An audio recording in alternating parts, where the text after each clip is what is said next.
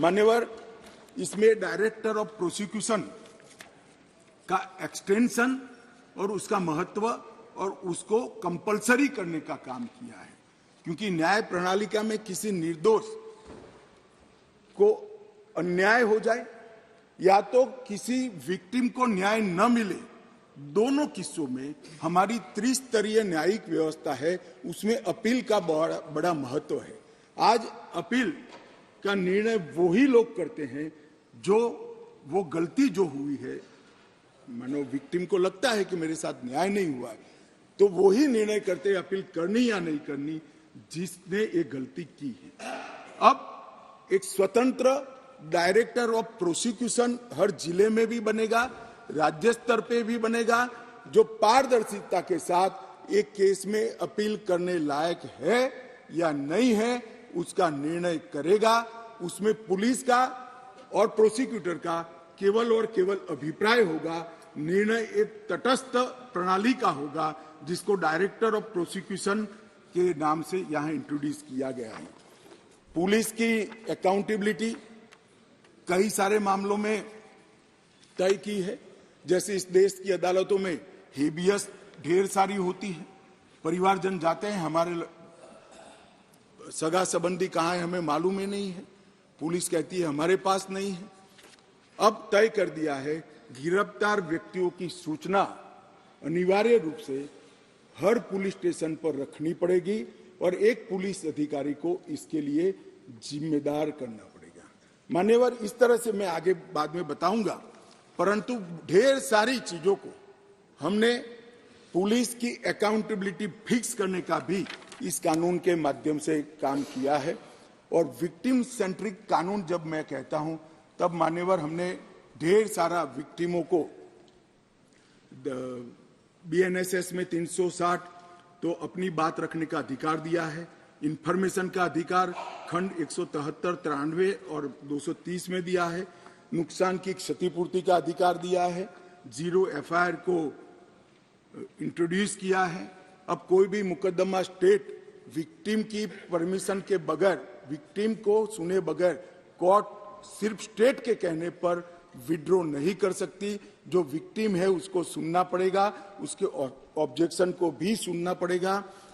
Victim को, जो फरियादी है, उसको 90 दिनों में जांच की प्रगति के बारे में इंफॉर्मेशन देने की जिम्मेदारी पुलिस की गई है। एफआईआर, गवाहों के बयान और पुलिस की रिपोर्ट, ये सभी को कंपलसरी कॉपी देने का प्रोविजन इसके अंदर कर दिया गया है। और जांच और मुकदमे के विभिन्न चरणों की पीड़ित अथवा उसके परिवारजनों को जानकारी प्रदान करने के लिए भी हमने ढेर सारे प्रोविजन मान्यवर किए हैं, जिससे मैं मानता हूं कि पुलिस की अकाउंटेबिलिटी फिक्स होगी और विक्टिम को न्याय मिलने की शुरुआत होगी। मान्यवर, मैं अब तीनों कानूनों के महत्वपूर्ण प्रावधानों को आपके सामने और आपके माध्यम से ये सदन के सामने और देश के सामने रखना चाहता हूं। भारतीय न्याय संहिता की मैं पहले बात करूंगा मान्यवर, और जैसा मैंने कहा कि इसमें ढेर सारे मानव संबंधित अपराधों को बहुत पीछे रखा गया था, क्योंकि इसका महत्व ही नहीं था। उनका महत्व अपना शासन चलाना था। जैसे बलात्कार का नंबर धारा 375, 376 था। अब जहां से अपराधों की बात शुरू आती है, इसमें सबसे पहले धारा 63 और धारा 69 में बलात्कार को रख दिया गया है। गैंग रेप को भी आगे लाया गया, बच्चों के खिलाफ अपराध को भी आगे लाया गया है। मर्डर 302 था, अब 101 हुआ है। किडनैपिंग 359 और 369 था, अब 137 और 140 हुए। ट्रैफिकिंग 300 था, अब 143 और 44 हुए।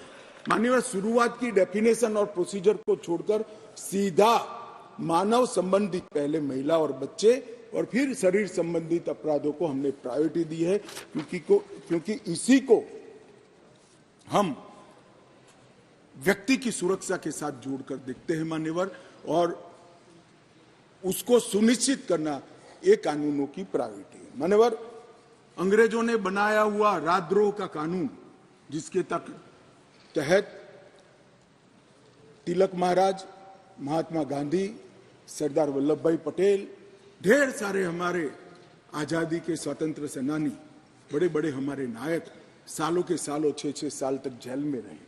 वो कानून अब तक चलता रहा था। विरोध तो करते थे जब ऑपोजिशन में होते थे, मगर सत्ता में आते थे तब इसका दुरुपयोग भी करते थे, हटाने का नाम नहीं देते थे।